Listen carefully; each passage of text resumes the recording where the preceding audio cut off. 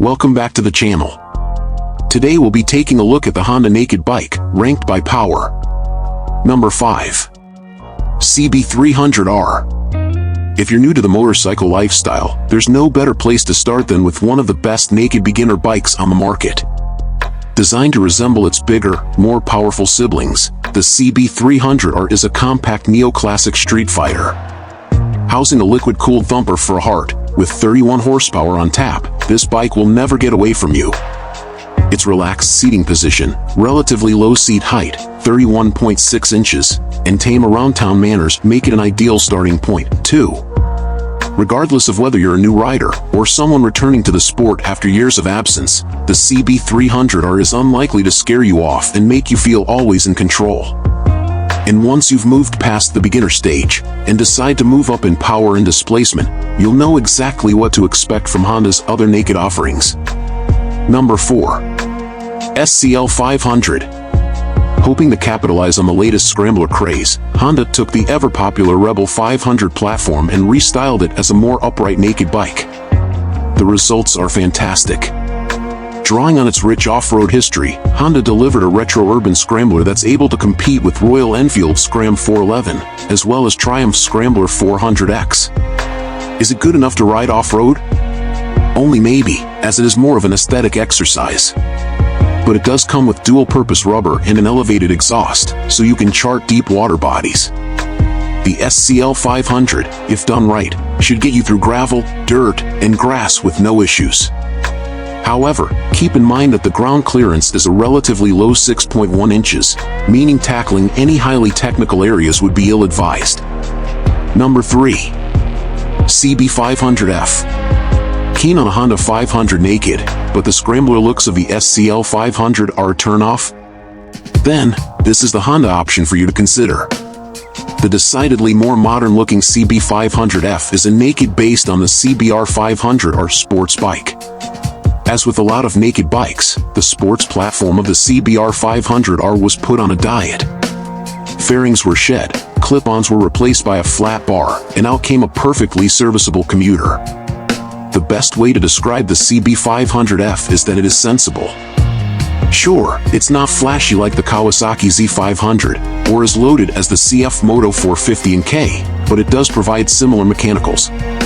It also comes standard with just about every basic feature most intermediate riders expect from their new bikes. Fuel injected? Check. Anti-lock brakes? Got 'em. Slipper assist clutch? You bet. And for under $7,000, that's about as good as it's going to get. You should know, however, that Honda has announced a new CB500 Hornet in Europe and Britain. It's essentially a CB500F, wrapped in new clothes and with better features like a TFT. No news on when America will receive it, though. Number 2. CB650R. Honda has a long tradition of putting out bikes with the CB designation, going as far back as the early 1960s. One of the most famous nakeds ever made was the CB750. It changed all the rules upon arrival and continues to be a popular choice for riders seeking a vintage bike to ride. Honda's current mid-capacity offering, the CB650R, doesn't really recall those historic bikes from the past. Unlike the Triumph Bonneville, which looks authentically retro, the CB650R doesn't reach the same level of nostalgia. But Honda did make a smart choice in developing the same design language throughout its CB line, starting with the aforementioned CB300R. The CB650R is a substantial jump in power from its little brother while keeping most of what made it great the same. It also houses in its chassis something that's becoming increasingly rare in the motorcycle world, an inline-4 engine. Its biggest competitors, the Triumph Trident 660 and the Aprilia RS 660, have a triple and twin. Meanwhile, what that means is 92 horsepower with a peaky top end enough for 135 miles per hour. And that's not anything to scoff at. Like 500F, the CB's been updated across the pond for 2024. Number 1. CB1000R. For a hot minute there, Honda had released what looked to be a true successor to the vintage CB line of bikes, the CB1100. It was as close as Honda had gotten to making a modern classic in the Triumph Bonneville mold. but it had pulled back a bit, without committing totally to the concept. And the result was a powerful bike, with somewhat generic looks that were neither fully modern nor retro. Needless to say, the CB1100 wasn't the smashing success that Honda had hoped for. At the same time, Honda had the CB1000R in their lineup, a bike that was its answer to the Yamaha MT-10. Perhaps recognizing that it had missed the boat with the CB1100, it had redesigned the CB1000 from the ground up, rechristening it, unofficially, as a Neo Sports Cafe naked bike. Deciding that being stuck between vintage and modern wasn't necessarily a good spot to be in, Honda had designed the CB1000R to look mostly contemporary, with some retro flourishes like the round headlight.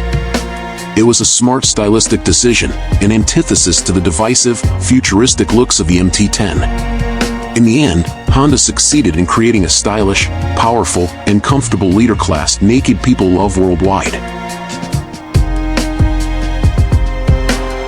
Thank you for tuning in. If you found this video helpful, please like, share, and subscribe to our channel.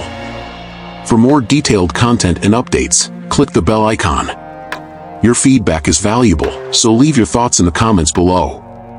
See you next time.